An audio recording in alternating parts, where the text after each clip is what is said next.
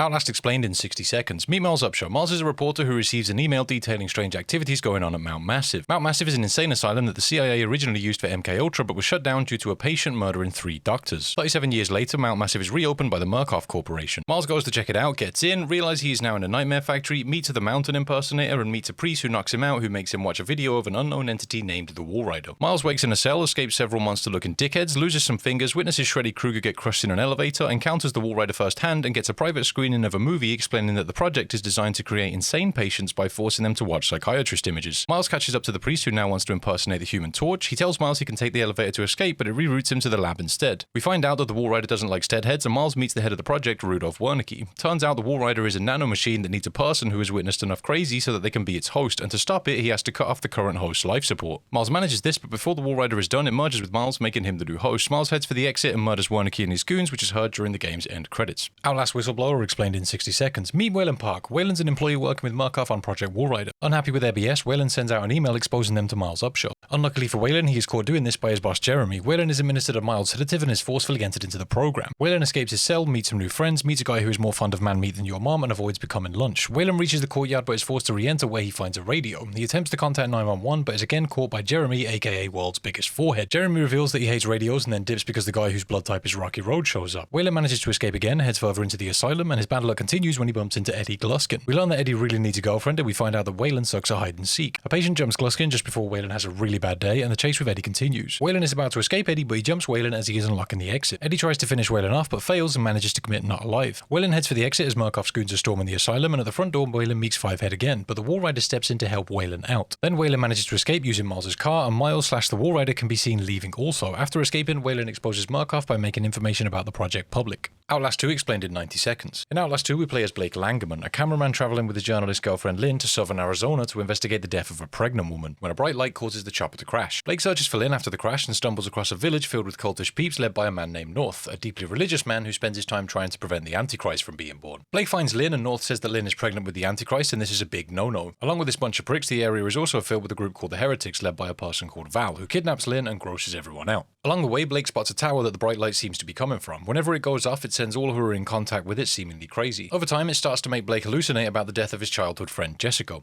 This isn't explained very well in the game, but a collectible reveals that Murkoff are behind the tower, and it also makes people's worst nightmares become a reality in their own minds.